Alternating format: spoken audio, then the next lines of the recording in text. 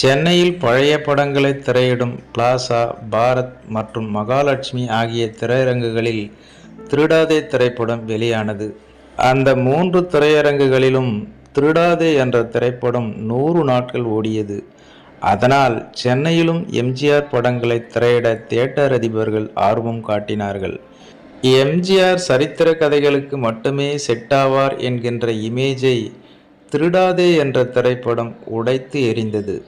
அதன் பிறகு எம்ஜிஆரின் வலதுகரமாக இருந்த ஆர்.எம். வீரப்பன் சத்யா மூவிஸ் நிறுவனத்தை துவங்கினார். சத்யா மூவிஸில் எம்ஜிஆரை வைத்து பல ஜனரஞ்சகமான படங்களை தயாரித்தார் ஆர்.எம். வீரப்பன். ஆரம்ப காலத்தில் எம்ஜிஆரிடம் 500 ரூபாய் சம்பளம் வாங்கி கொண்டிருந்தவர்தான் ஆர்.எம். வீரப்பன். பின்னாளில் புரட்சித் தலைவர் எம்ஜிஆருக்கே சம்பளம் கொடுக்கும் அளவிற்கு ஒரு முதலாளியாக மாறினார் ஆர்.எம். வீரப்பன் என்பது